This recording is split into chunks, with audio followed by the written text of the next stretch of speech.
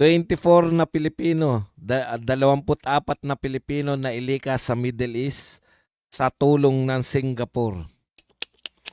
Okay, 24 na Pilipino ay nailikas po sa Middle East sa tulong ng bansang Singapore.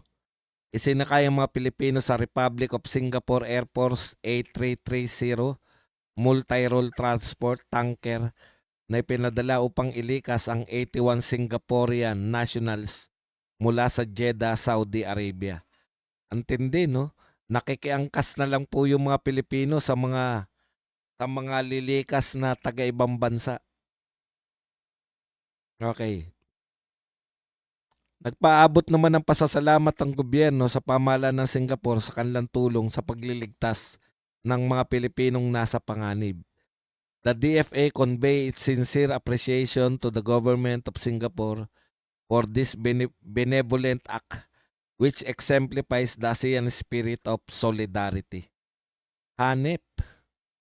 Alam niyo po, nakakahiya na po, no? Nakakahiya na po tong gobyerno natin. Tayo lang po yata yung wala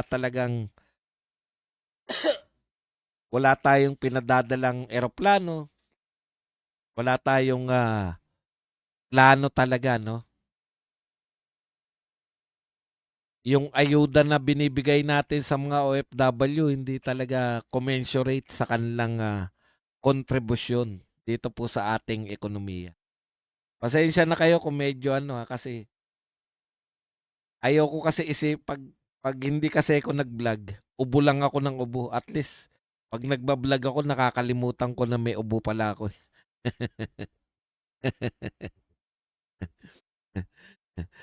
Nahihiya po kami na maging Pilipino talaga ngayong mga panahon na to dahil yung leader po namin, yung leader natin ay hindi po kapuri-puri ang mga pinagagawa. Nakuha pa. Ang masakit pa nito, nakuha pa po ni Mr. President Bongbong Marcos. Wala na ngang plano dyan po sa paglikas sa mga OFW. Nakuha pa pong mangampanya. Gagastusan pa po yung kampanya niya para mahalal tayo sa United Nations Security Council. Hindi ko po maintindihan kung bakit yun po ang pinaprioritize. Hoy, Placido Pilosopo, kumusta ka na? Ang tapang ni Placido Pilosopo, napanood ko. Sinisigawan sa bahay niya si Congressman Gonzales. Kasi simula pa lang po natin. Naawa po ako sa mga OFW at the same time ako po ay naririmarim dito po sa ating pamahalaan. Ito lang makapagyabang. Ano po kung mahalal kayo? Kung mahalal kayo, pagmamalaki nyo na nahalal kayo, ganun. Wala naman pong epekto yan sa atin. Security Council, magiging tagapamayapa po kayo sa buong mundo. Sarili nyo nga, hindi nyo malutas yung problema natin with China. Hindi nyo nga malutas eh. Buong mundo pa gusto nyong papilan.